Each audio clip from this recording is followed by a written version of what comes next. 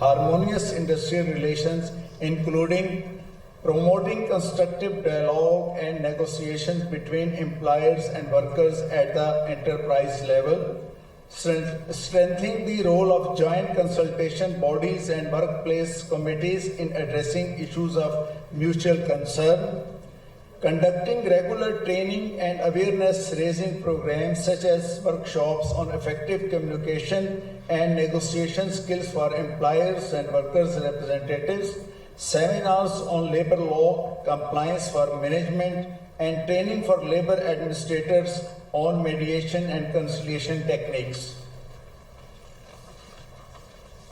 Establish a national tripartite forum composed of representatives from the government, employer organizations and worker organizations to meet on a periodic basis to discuss and identify potential conflicts and ways of addressing, mitigating these.